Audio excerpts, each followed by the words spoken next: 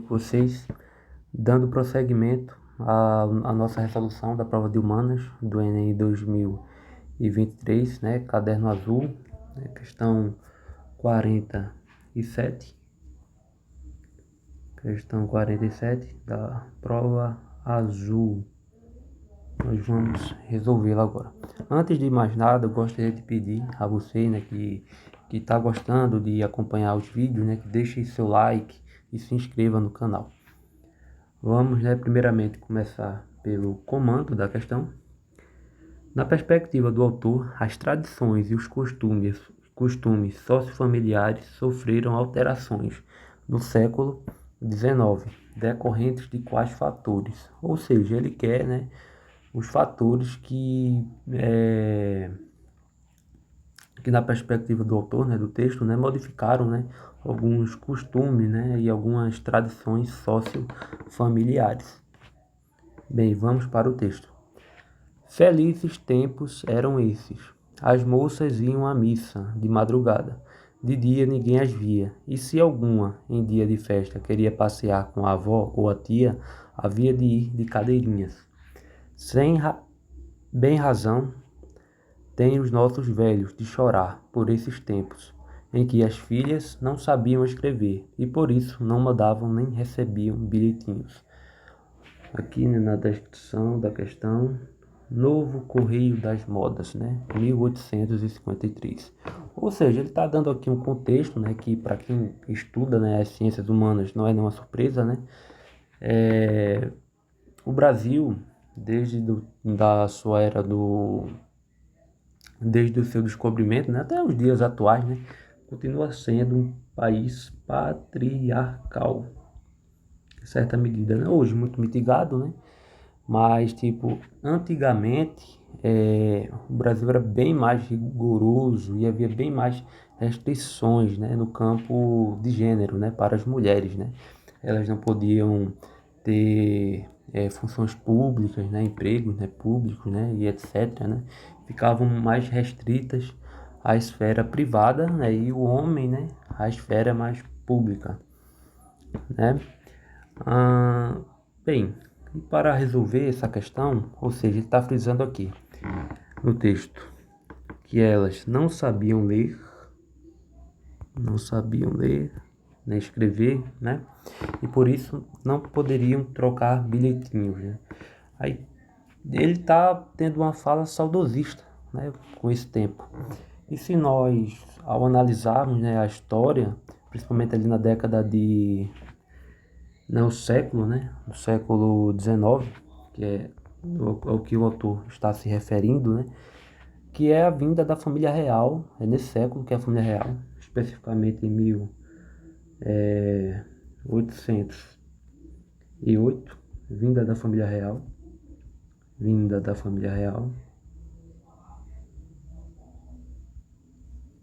família real. E junto com ela, né, era preciso ter certas modificações. Foi uma corte inteira que veio para o Brasil, ou seja, houve a revogação de leis que proibiam, né, o ensino superior na antiga colônia, né, que o Brasil, desse ano em diante, passou a ser um império, né, e houve a revogação, ou seja, agora a partir dessa época aqui, 1808, poderia-se, né, ensinar, né, primeiramente acho que foi a Faculdade de Medicina na Bahia, depois no Rio de Janeiro. Também houve a criação de bibliotecas,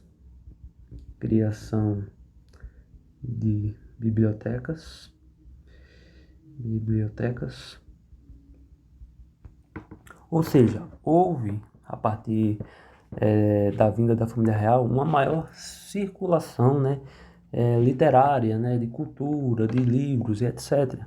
Ou seja, por mais que ainda continuava patriarcal, havia cursos superiores, mas bem restritos, né, ao gênero masculino. A mulher ainda ficava restrita à esfera privada. Mas as mulheres, né, elas tinham também, elas aprendiam também a ler, a escrever, né, muito correndo, né, por fora, né, mas tipo, houve uma certa evolução, nesse quesito, né, nesse campo, né, da educação.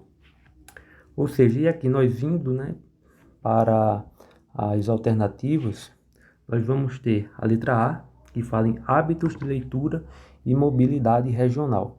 Por que essa questão ela é problemática? Apesar de ter hábitos de leitura que a gente poderia relacionar, mas ele fala em mobilidade regional. Em nenhum momento do texto está falando, né, o autor está destacando a mobilidade regional, ou seja, está extrapolando a ideia do texto. A letra B fala de circulação de impressos e trânsito religioso.